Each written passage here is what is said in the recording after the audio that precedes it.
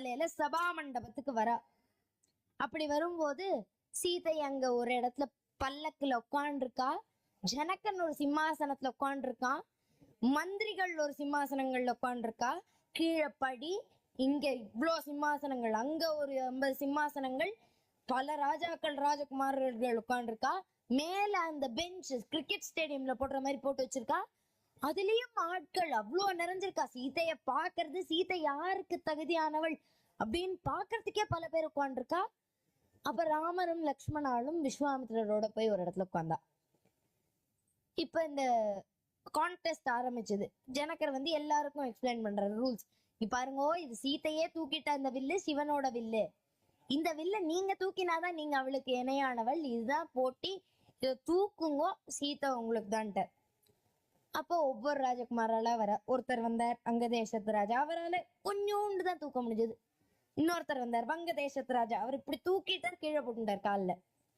இன்னொரு ராஜா வந்தார், அவர் என்ன பண்ணார், தூக்கவே முடியல அவரால்.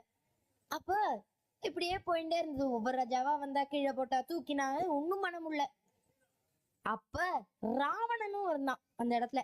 ராவணன் வந்தான். அவன் தூக்கினான் அந்த வில்ல.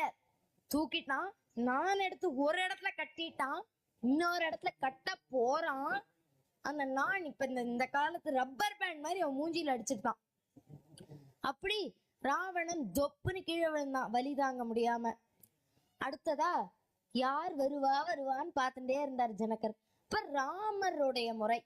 ராமர் வந்தார், வில்ல எளிதா தூக்கிட்டார். தூக்கி தன்னுடைய டோஸ்ல வச்சுட்டார். வச்சு ஒரு இடத்துல நான் கட்டிட்டார், இன்னொரு இடத்துல கட்ட போறார்.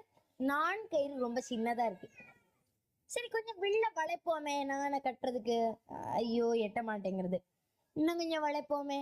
வில்லே முறிஞ்செடுத்து அப்படி பூமி நடுங்குற அளவுக்கு ஒரு சத்தம். அந்த வில், சிவனுடைய தனுசு முறிந்தது. அந்த வில் முறிந்தது.